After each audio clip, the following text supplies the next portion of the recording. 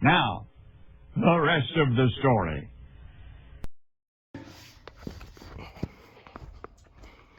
Well, they're definitely cleaning up.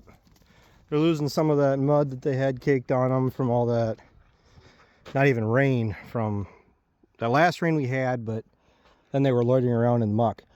I gotta push this up because it looks to me like they've pretty well chewed this down to where they're struggling to, oh yeah, they're struggling to bite it off. So big perk to having this set up like I do, so I can just drive in with the skid steer and do what I need to do without having to open and shut gates.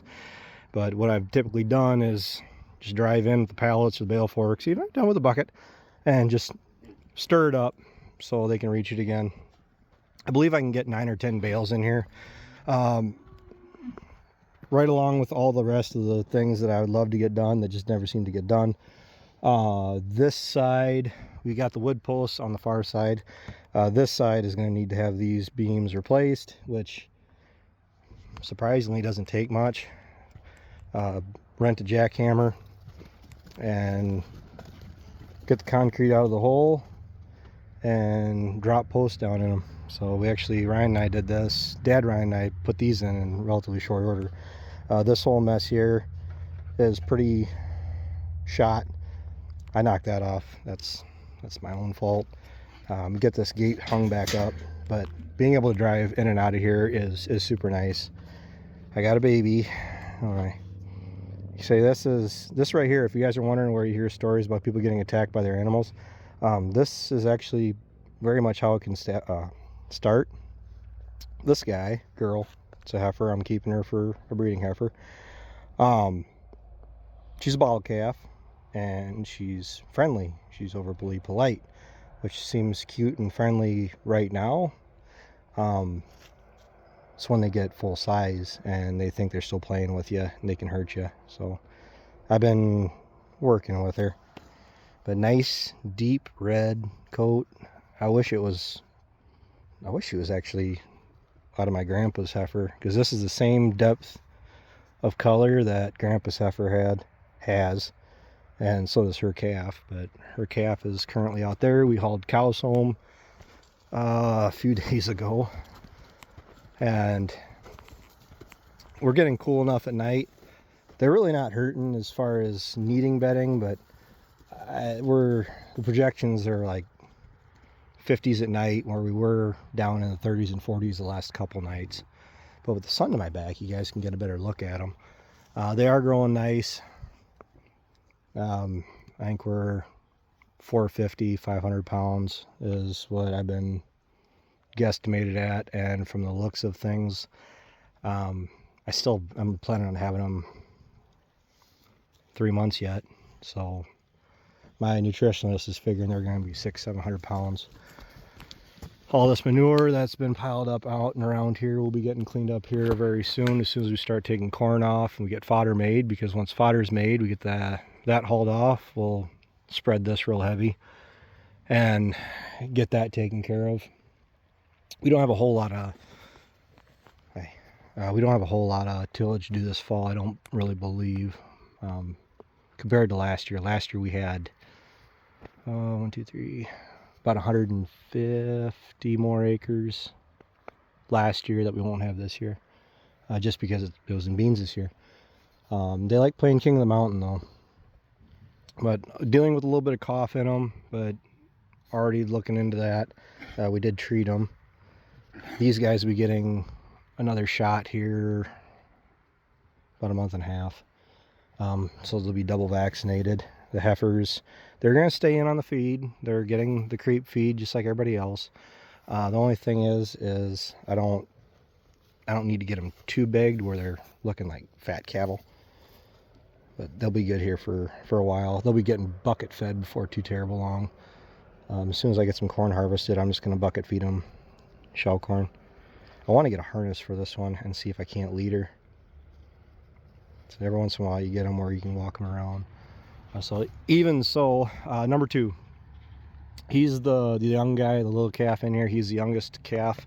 Was set back because his mom dried up almost immediately because, oh gosh, what was her reason? Not a good enough reason, I can tell you that. but he's actually starting to catch up to everybody else just here in the last month and a half with being on grain like he's been. Nobody is shy to get up to the grain, and everybody out here, even the ones that were kind of smaller, and you can see 1, 2, 3, 4, they're kind of stunted in back, but overall size wise they are leveling out. And this girl, being one of my bottle calves, I don't think you'd know that she was a bottle calf if I didn't tell you. And I'm not seeing any other bottle calves. 20, 19, 21, and then I can't remember which ones were the boys. But I don't know, hoping for more calves next year, as always. Look at the cows quick. She just came off pasture. She's a first calf heifer. You can really see the color variations in their coats. I mean, you got the lighter, almost looks orange, and then you got the deep red. And again, first calf heifer. And they mix really nice in with all these older cows. And they're not going to be calving now until first calf heifer. It'll be April is when I'll be expecting to see calves next spring. So by keeping corn back, I mean, I'm going to have at least some shelled corn on hand. I'll be giving these guys a certain amount of grain per day. Not to really grow them, but just to kind of make sure they're keeping their energy up. We got better hay, feed on hand to feed them, so that's working in our favor. And I don't want to jinx it with the current weather forecast. We're really hoping we can get a bunch of corn fodder made without it getting rained on, and actually have a bunch of really nice corn fodder. So this is Grandpa's genetics. Red cow, white tail. Doesn't bother me one bit. I don't want a whole herd of her, but she was a bottle calf that should have stayed a bottle calf. I kept her on milk for about a week and a half, and to put her back out in the cow, and the cow she had milk and all that, but she just didn't perform. Older cow though too. She's getting up 10 years old. But these are all heifers walking across here, and they all do look really nice for what they are. They're bred to a calving ease bull. We got 1, 2, maybe two too many calving ease bulls around here. Really only need one. And here's a good example of hay that got hot. This is second cut waterway grass. Made it because we had that chance of rain coming as we were making the valley. I came up and made this. I was here just over the road. They actually like it. It actually smells sweet for getting hot like it did. I only have 4 of these bales, but you got second cut grass. It's second or third. That might be third cut alfalfa, and then you got first cut grass over there. And everybody's looking really nice. They're not really getting much grass off the pasture anymore. I'm gonna say the bull, my whole bull program just completely imploded. We should have really had them out August 1st. Looks like he's got pink eye yet. And I gotta treat him. I still got some daylight. I can treat him yet tonight. The bulls are going to be in until probably the 1st November or so. Giving the cows ample time, way too much time. More than I would like to get them bred, but at this point I would rather have calves that are more scattered throughout the summer next year, at least as long as they're bred. I'm having way too much trouble getting these cow bred back than I should. But all these heifers, I have 10 first calf heifers I'll have next year. I should have 9 to be bred for the first time that are over there. That'll be in with the bull next year. But I'd say we're going into winter. Everybody's looking really good. My problem is I haven't had an effective culling of the cows yet. The culling is largely going to include anybody, like you got these older cows here, which she's got a lot of her frame built up. But if they're open, it's very likely they're going to go for a ride. See, like number 40, she's a good example of an older cow. Didn't calve the year before, but then she actually threw a really nice steer this spring. But as you said, older you get, broken mouth, a little bit more bony. I'm actually, again, I'm feeling better about my cows, how they look here going into fall than what I did coming out of the summer, just because I didn't have the quality feed, which I have a pretty good supply as of right now. And keeping everybody quiet is really important. I'd like to get this barnyard cleaned out as soon as we can, just because I don't like seeing piles lined up everywhere. But these guys, unfortunately, they understand what a bucket is, because that's how I can get them in. But they're not friendly enough to let me pet them. But I do like this nice dark red.